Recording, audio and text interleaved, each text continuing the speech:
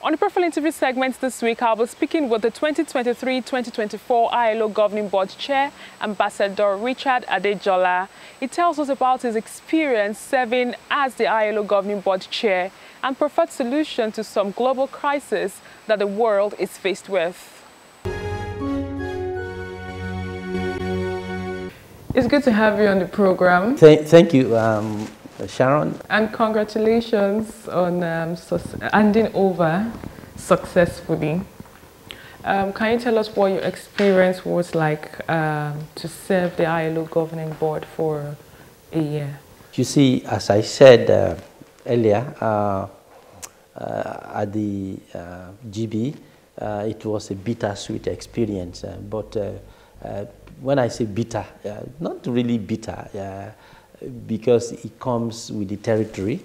You have to take everything in stride, you know. As they say, when you pray for rain, you also expect the mud.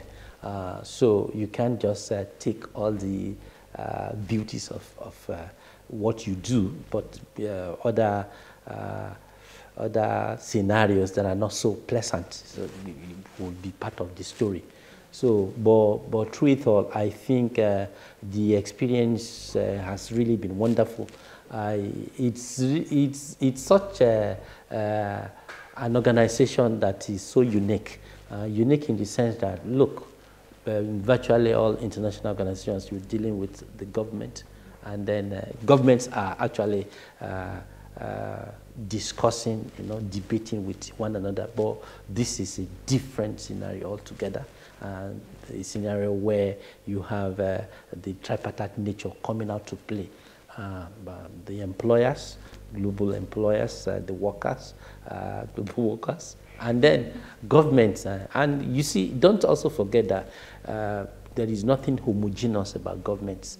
So because even within your region, our region, you know, the continent, then globally, so nothing homogeneous. So you have different opinions and different views. Yeah, you don't blame them. It's all geopolitics. At the end of the day, it is what is good for you and your people as a government. Because I know you're a diplomat, and there were times whereby the workers' body were a little bit hostile, trying to pull you. I remember the second meeting that I attended, and I could see diplomacy at work there and how you were able to balance conversation to ensure that there were certain decisions that were made. So would you want to share with us an experience of one of such decisions that ILO Governing Body actually had to take, and how you were able to use diplomacy to ensure that all sides were carried along? I think there were a couple of those. Don't forget that ordinarily we should have had 3 governing body sessions, but because of the pertinence of what was introduced at the end of the day, we had 5 altogether, the 5 being the additional 2 special sessions devoted to standard setting, and then the right to strike. But I say this much: it's not about workers alone. You know, of course, the employers, and then governments. As I said earlier, don't forget that there is nothing homogeneous about governments. Different government from different groups. Is it within the Asian Pacific group, the one they call ASPAC? You find that they don't always agree on one issue. That's one part of the whole. So maybe GRULAC, as it were.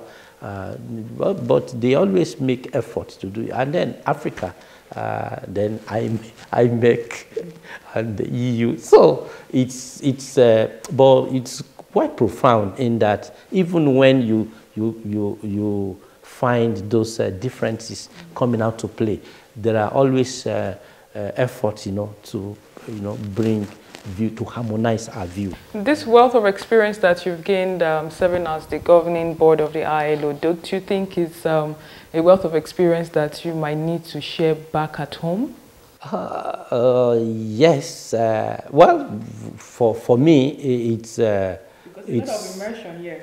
Yeah, I know. It's worthwhile that to you don't hide those things. You find a way to impart that, and it matters a lot. Look, how many people, even when we believe we know about labor issues, even when we believe we know about employment scenarios. But to harmonize all those things and see how decisions are made globally, that affect individual governments, and not only governments, how those decisions affect the people, the employers, workers. So because we always look at ILO from the prism of yes, labor. Yes, it's a part of the whole. Labor on its own cannot go about it solely. Then you have to also factor in the employers, and you factor in the government. Yeah, listening to the reaction of all the group, I wouldn't say pressure group, but subgroups during the handing over, they spoke well of your exemplary leadership and also about the country. So how would you react to that? Which didn't happen last year. I'm a proud Nigerian, but I know that I covered the last governing board session and it wasn't as ceremonial as it was today. We didn't really have many people talk about the previous person, but it's like they're already missing your style of leadership. So how would you react to that? No, it's all about Nigeria, actually.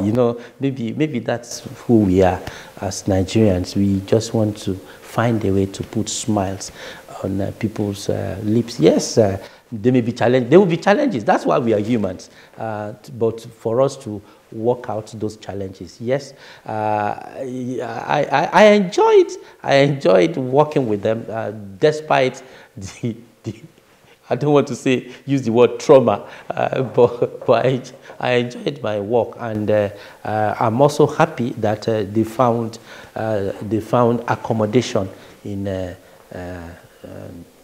within the limits they have to also see what I do, and then to also interpret what my efforts. Yes, that's why I said I'm really happy for Nigeria, because many a time we get bad press for no just cause, yeah, others just don't like us, not because we have done anything wrong, but because we are big, They say when you're big, you're big. But and it is my hope and prayer that we take that bigness, more forward more, and then to also ensure that our people, get to enjoy the dividends of democracy, as we love that phrase in Nigeria. Okay, I know that I've asked 2-3 questions and everything seems to be interwoven, but would you want to make some comments on some action programs of the ILO and how it relates to the world of work generally? Yeah, whether we like it or not, the intersectionality between what is going on now and then what we are doing over there at the ILO should really be discussed. And I'm happy that we have also realized the fact that the world is waiting for no one. Take, for instance, the post-COVID experiences here and there, we also talk about the issue of demographics, labor migration. So these are pertinent issues that are, coming up. And I'm also happy that we had a special meeting, not a session per se, but it's a meeting devoted to digitalization and AI. You see, we cannot just fold our hands to say that, oh yes, yeah, this is happening. But how would that impact our work? Either positively or negatively.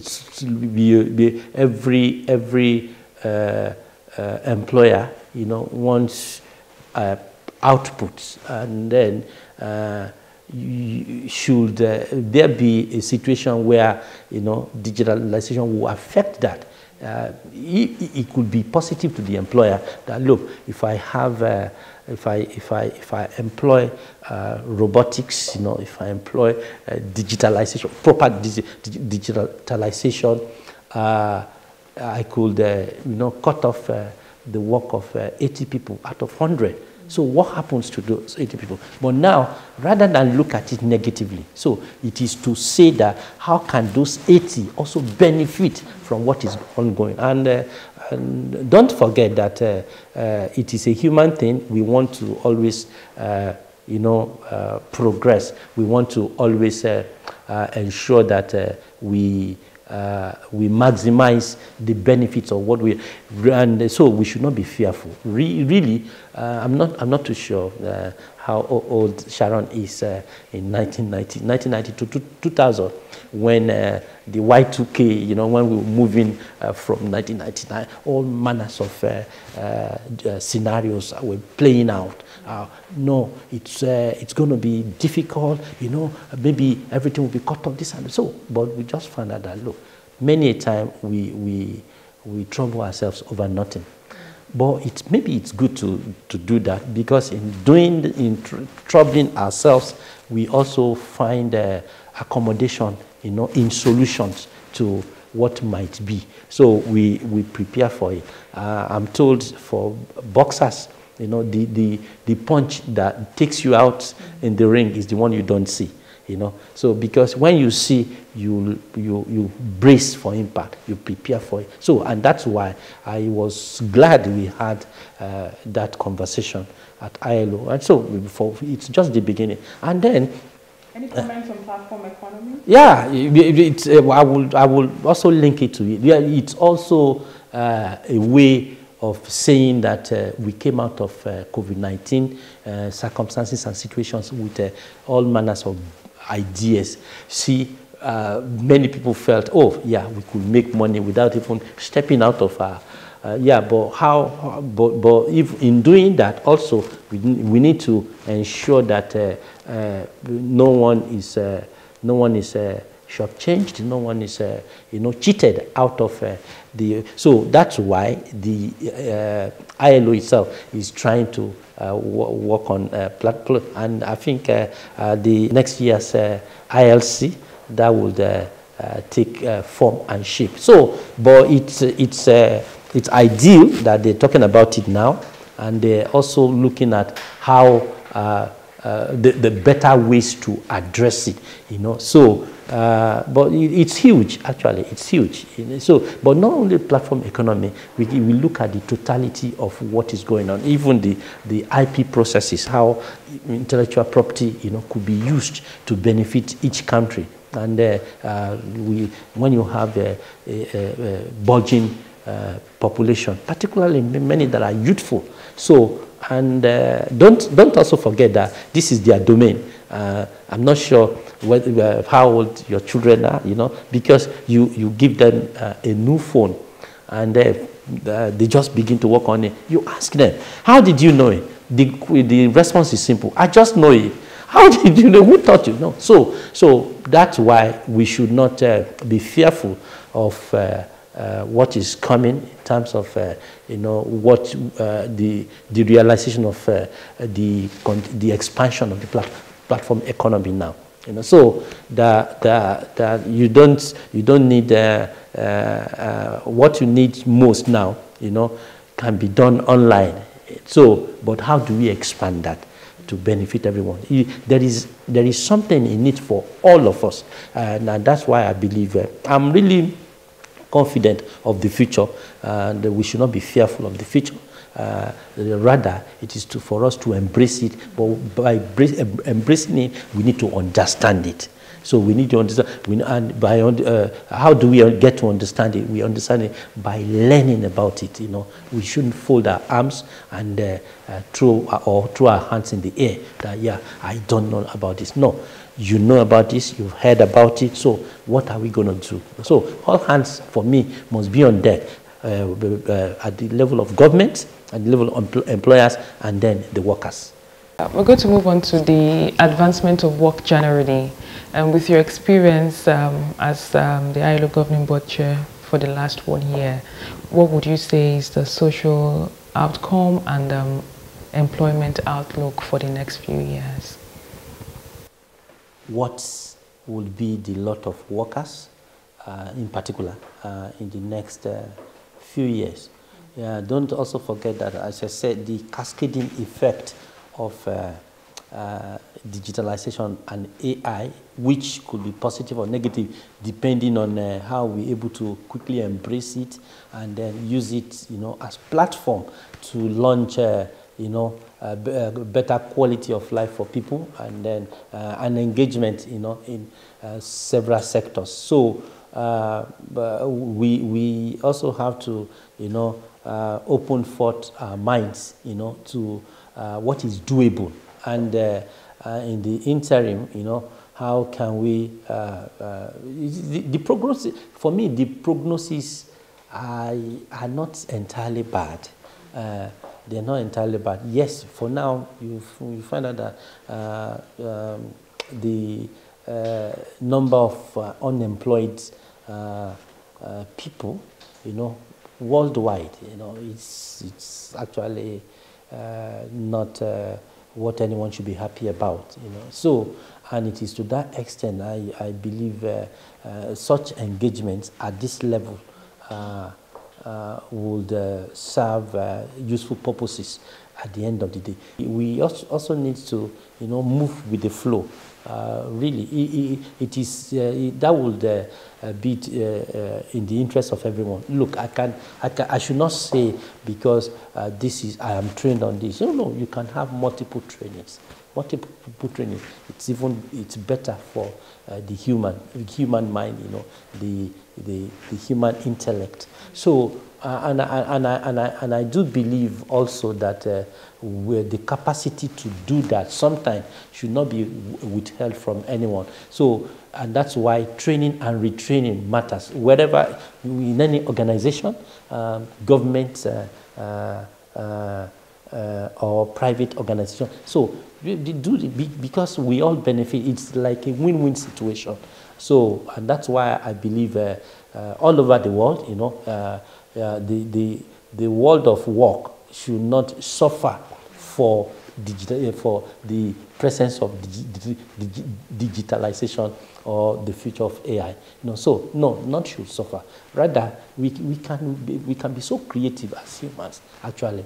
So, and it is to that extent we have to ensure that no one is left behind. Yes, it is not going to be 100%, So, but why must it be 40% if it's not going to be 80%? So that's my point. And to the extent possible too, when you hear of the data statistics, of the unemployed, it's heartbreaking, and that should not be so. So those are the areas the ILO as an organization should also be focused on. And yes, while it is good to talk about decent work, it is good to talk about social justice, but we also need to be frontal in ensuring that we embrace, the new. I think they're not resting on their oars, but to ensure that they're moving with the flow of tide, the tide. Exactly. Nigeria has been able to shine forth with this particular opportunity which you've served out. What more would you say to the federal government as regards this? And maybe there'll be other opportunities at other global institutions for us to be able to contribute our own quota to the development of the world. I do believe that every opportunity, given to any Nigerian is a great opportunity. I put it this way: for every every work you asked to, or every project you are asked to execute for the government of Nigeria, you have millions of people who could do that, better. So for me, I consider it a very rare privilege, that I had the opportunity and the privilege of doing this. As it were, you heard that we held that position 52 years ago.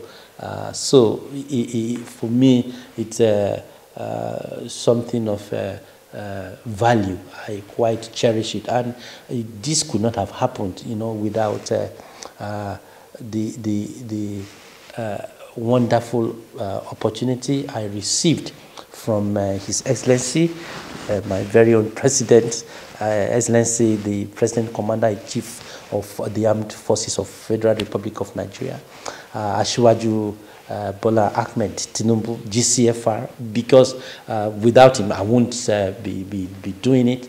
And for me, it's like doing it on his behalf, and that's why it gives me much joy that they found my stewardship acceptable. But it's, as I said, it's not about me. It's about our country, Nigeria. So I want to also seize this opportunity to express a very profound appreciation to Mr. President for the honor.